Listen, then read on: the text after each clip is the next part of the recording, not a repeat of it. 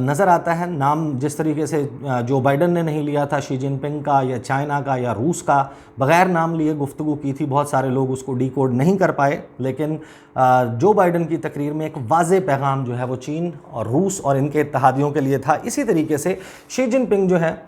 ظاہر ہے کہ انہوں نے یہ تقریر جواباً تقریر نہیں کی, وہ خود وہاں پر پرسنلی موجود نہیں تھے, ان کا کوئی بندہ اس کے نوٹس لے کر ان کو تقریر نہیں بتا رہا تھا, یہ ایک پری ریکارڈڈ میسج تھا. تو ظاہر ہے کہ ان کو اندازہ ہوگا کہ شی جن پنگ کو اندازہ ہوگا کہ Joe Biden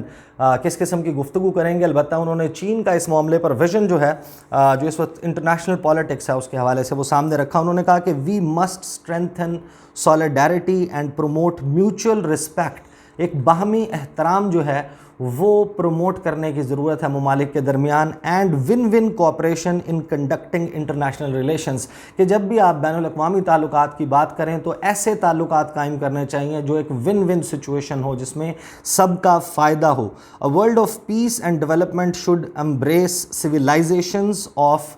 various forms and must accommodate diverse paths to modernization. Democracy is not a special right reserved to an individual country, but a right for people of all countries to enjoy. کہ جو جمہوریت ہے وہ کسی ایک ملک کے لیے تحفہ نہیں ہے, ایک ملک کے عوام کے لیے نہیں ہے, بلکہ اس کو پوری دنیا کے لوگوں کے جو ہے اس کے وہ چیرش کرنا چاہیے. پھر انہوں نے کہا کہ جو ریسنٹ ڈیولپمنٹس ہیں گلوبل سچویشن میں, اب افغانستان کو اپنے ذہن میں رکھیے گا, عراق کو, سیریا کو, یمن کو, جہاں جہاں کانفلکٹس چل رہی ہیں, اور جن کانفلکٹس میں محاذ آرائیوں میں تنازعات میں امریکہ شامل ہے, آپ ان کو ذہن میں رکھ کے ان کے یہ جملے سنیے گا. انہوں نے کہا کہ جو عالمی منظر نامے پر ہونے والی ریسنٹ ڈیولپمنٹس ہیں, خاص طور پر military interventions from the outside and so called democratic transformation until nothing but harm, کہ یہ جو ملٹری انٹرونشنز کی گئی ہیں, انویڈ کیا گیا ہے مختلف ممالک کو, ان پر حملے کیے گئے ہیں, وہاں پر عسکری قوت کا استعمال کرنے کے بعد ادھر جمہوریت لانے کی ایک کوشش کی گئی ہے, اس کا صرف اور صرف نقصان ہوا ہے. وی نیڈ ٹو ایڈوکیٹ پیس. انہوں نے کہا کہ ہمیں اس وقت وکالت کرنے کی ضرورت ہے دنیا میں امن کے لیے, ترقی کے لیے, مساوات کے لیے, انصاف کے لیے, جمہوریت کے لیے اور آزادی کے لیے, which are the common values of humanity, کہ پوری جو انسانیت ہے اس کی مشترکہ اقدار ہیں یہ. And reject the practice of farming small circles and zero some games. اب جو زیرو سم گیمز اور اسمال سرکلز کی بات کر رہے ہیں, آپ کو معلوم ہے کہ چین جب بھی تبصرہ کرتا ہے کوارڈ کے حوالے سے, یہ آکس الائنس بنا, یہ جتنے الائنسز چین کا راستہ روکنے کے لیے بنائے گئے ہیں ان کے لیے لفظ استعمال کرتا ہے کلیک. کلیک جو ہے وہ ایک اسمال سرکل کو کہتے ہیں, ایک گروپ آف پیپل یا ایک سیٹ آف کنٹریز جو آپس میں کسی ملک کے خلاف ایک کلوزڈ سرکل بنا لیتے ہیں اور اس میں خفیہ طور پر اس قسم کے اقدامات کرتے ہیں. انہوں نے کہا ساتھ ہی زیرو سم مینٹالٹی کی انہوں نے بات کی, کہ ایک ملک کا گین دوسرے کا جو ہے وہ فیلئر بنے. زیرو سم گیم, اگر آپ کسی ایک کے ساتھ تعلق رکھ رہے ہیں تو دوسرے کے ساتھ نہیں رکھ سکتے, اس کو اوائڈ کیا جانا چاہیے. انہوں نے کہا کہ جو ڈفرینسز ہیں, اختلافات ہیں مختلف ممالک کے درمیان, وہ ظاہر ہے کہ بڑا مشکل ہے کہ ان کو اوائڈ کیا جا سکے, لیکن ان کو ہینڈل کرنے کے لیے مذاکرات کی ضرورت ہے, کوآپریشن کی ضرورت ہے, اور اس میں جو بیسس ہے کوآپریشن کی وہ یہ ہے کہ سب کو برابر سمجھا جائے. جب تک آپ ایکویلٹی کا سٹیٹس دوسرے ملک کو نہیں دیتے, اس وقت تک آپ اس کے ساتھ مذاکرات نہیں کر سکتے. اگین یہ اشارہ تھا امریکہ کی طرف, جو کہ امریکہ مذاکرات کرنے کی بھی کوشش کرتا ہے کسی ملک کے ساتھ, تو یہ چاہتا ہے کہ اس کی چودراہٹ قائم رہے, دوسرا ملک جو ہے اس کو ایک کم تر درجے پر رکھ کر مذاکرات کرنے کی امریکہ کی جانب سے کوشش کی جاتی ہے. ظاہر ہے کہ انہوں نے ڈائلاگ کی بات کی. یہ ساری گفتگو کرنے کے ساتھ ساتھ انہوں نے بڑے ہی ایک میسج جو دیا امریکہ اور اس کے الائز کو, جو سب سے امپورٹنٹ ہے سمجھنے کی ضرورت ہے کہ چین کے صدر اس عالمی محاذ آرائی کے حوالے سے کیا کہہ رہے ہیں. انہوں نے کہا کہ جو چائنیز عوام ہیں, چائنا کے لوگ ہیں, Chinese people have always celebrated and striven to pursue the vision of peace, amity and harmony, کہ چین کے عوام پر امن ہے, امن چاہتے ہیں. چائنا ہیز نیور, چین نے نہ تو کبھی ماضی میں, اینڈ ول نیور انویڈ, کہ نہ تو چین نے کبھی ماضی میں کسی ملک کو انویڈ کیا, اس کے اوپر حملہ کیا, نہ ہی کبھی ایسا کرنے کا ارادہ رکھتا ہے، نہ ہی کسی ملک کے ساتھ بدماشی کی، بلی نہیں کیا کسی بھی ملک کو، اور سیکھ ہیجمنی اور نہ ہی اس پر تسلط جمانے کی کوشش کی۔ اب آپ اندازہ لگائیے کہ یہ اشارہ ہے ان تمام ممالک کی طرف سے، ان کے ماضی کی طرف بھی اور ان کے آج کی طرف بھی، اور آنے والے کل میں وہ جس قسم کی منصوبہ بندی کر رہے ہیں۔ یہ فرانس، اسپین، برطانیہ، امریکہ جو مختلف ممالک پر حملے کرتے رہے ہیں، قبضے کرتے رہے ہیں، ان کو اپنی کالونیز بناتے رہے ہیں، اور اب ایک نئی فارم آف کالونائزیشن جو ہے وہ بھی ہمارے سامنے ہے۔ امریکہ جو کچھ کر رہا ہے، کرنا چاہ رہا ہے، اس کے اوپر انہوں نے واضح طور پر کہا کہ چین جو ہے وہ ان پریکٹسز کو اپنے لیے نہیں سمجھتا، نہ ہی آئندہ کبھی کرنے کا ایسا کچھ ارادہ رکھتا ہے۔ پھر انہوں نے کہا کہ China is always a builder of world peace, کہ چین ہمیشہ سے دنیا میں امن جو ہے وہ چاہتا ہے، کنٹریبیوٹر ہے گلوبل ڈیولپمنٹ کا، امپاورمنٹ کا، ڈیفینڈر ہے انٹرنیشنل آرڈر کا، اور ساتھ ہی انہوں نے کہا کہ جو چین ہے وہ اس وقت کیونکہ وہ الائنسز کی بات کر رہے تھے جو بائیڈن، کہ میں اپنی الائنسز بنا رہا ہوں، اپنے پارٹنرز بنا رہا ہوں، انہوں نے یونائٹڈ نیشنز کی بات تو کی، لیکن چین نے واضح طور پر ایک بات کر دی۔ شی جن پنگ کہتے ہیں کہ ہم پیور ملٹی لیٹرلزم پر یقین رکھتے ہیں، جس کی بیک بون پر اقوام متحدہ موجود ہے، ایک ہی انٹرنیشنل آرڈر کو مانتے ہیں، وہ انٹرنیشنل آرڈر ہے جس کی بیک کے اوپر، جس کی پشت کے اوپر اقوام متحدہ کا چارٹر موجود ہے اور بین الاقوامی قوانین موجود ہیں۔ یہ تھی تقریر جی شی جن پنگ کی، جس میں ایک پیغام بھی موجود تھا امریکہ اور اس کے اتحادیوں کے لیے۔ بہت سخت تقریر نہیں تھی۔ اگر اس کا کمپیریزن جو بائیڈن کی تقریر کے ساتھ کیا جائے، میں نے اس کا تقریباً تمام کا اردو ترجمہ اہم پوائنٹس کا گزشتہ ویڈیو میں رکھ دیا تھا، تو یہ واضح ہے کہ یہ اس طرح کی سخت تقریر نہیں تھی۔ اب آ جاتے ہیں ترکی کے صدر طیب اردوان۔ طیب اردوان نے جو 75ویں سیشن سے گزشتہ برس تقریر کی تھی، اس میں جب انہوں نے کشمیر کا تذکرہ کیا تھا، آپ کو یاد ہوگا کہ کس طرح بھارت کو اس پر مرچیں لگی تھیں، اس کے زخم جو ہیں وہ چھیل دیے گئے تھے طیب اردوان کی طرف سے۔ اور اس سال جب انہوں نے تقریر کی، اس میں طیب اردوان نے ان زخموں پر نمک چھڑکا ہے۔ ترکی کے صدر جو ہیں انہوں نے کہا اس اپنی تقریر کے دوران، we maintain our stance in favor of solving the ongoing problem in Kashmir for 74 years through dialogue between the parties and within the framework of relevant United Nations resolutions، کہ ترکی یہ چاہتا ہے کہ یہ جو مسئلہ ہے کشمیر کا، یہ پارٹیز جو دونوں ہیں ان کے درمیان مذاکرات کے ذریعے اور اقوام متحدہ کی قراردادوں کے ذریعے حل ہونا چاہیے۔ اس حوالے سے بھارت نے اسٹرانگ رسپانس دیا۔ ان کے جو ترجمان ہیں مختلف بھارت میں موجود، ان کی طرف سے آ رہا ہے کہ یہ ہمارا انٹرنل میٹر ہے، لیکن جو جے شنکر ہیں، سبرامنیم جے شنکر، بھارت کے وزیر خارجہ، وہ اقوام متحدہ میں موجود کے جنرل اسمبلی اجلاس کے لیے موجود ہیں نیو یارک میں۔ اس میں شرکت جو ہے وہ نریندر مودی نے کرنی ہے، لیکن اس موقع کے اوپر انہوں نے، جے شنکر نے کہا کہ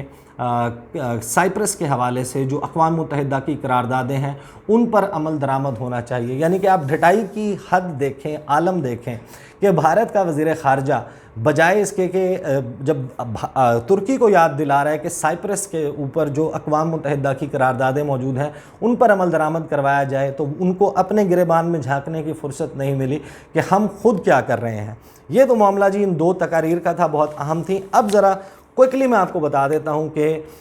دو چیزیں ہوئی ہیں۔ طالبان نے اپنا پہلا رابطہ جو ہے وہ اسٹیبلش کیا ہے اقوام متحدہ جو سیکرٹری جنرل ہیں ان کے آفس کے ساتھ۔ آپ کو معلوم ہے کہ دنیا کے جتنے بھی ممالک ہیں ان کو ان کی عوام کو ریپرزینٹ کرنے کے لیے موقع دیا جاتا ہے ان ممالک کو کہ وہ اپنے ریپرزینٹیوز بھیجیں۔ اگر ان کے صدر موجود ہیں، وزیر اعظم ہیں، جو فارم آف گورنمنٹ ہے، جو حکومت فیصلہ کرتی ہے، وہ جائیں اور جا کر اس عوام کی ترجمانی کریں، اس قوم کی، اس ملک کی ترجمانی کریں۔ اس وقت ہمارے پاس سچویشن یہ ہے کہ جو اقوام متحدہ جنرل اسمبلی اجلاس ہے وہ جاری ہے، اور افغانستان میں جو اشرف غنی کی حکومت تھی وہ ختم ہو چکی۔ طالبان کی حکومت اگرچہ قائم ہوئی ہے، لیکن اس کو ابھی تک دنیا کے کسی ملک نے تسلیم نہیں کیا ہے۔ اسی وجہ سے جو ہے وہ ایک بڑا تنازع شروع ہو گیا۔ دو چیزیں ہوئی ہیں۔ طالبان نے ایک تو سہیل شاہین کو اقوام متحدہ کے لیے اپنا مستقل مندوب تعینات کرنے کا فیصلہ کیا ہے۔ طالبان نے ان کو نوٹیفائی کر دیا کہ یہ ہماری طرف سے اقوام متحدہ کے لیے مستقل مندوب ہوں گے،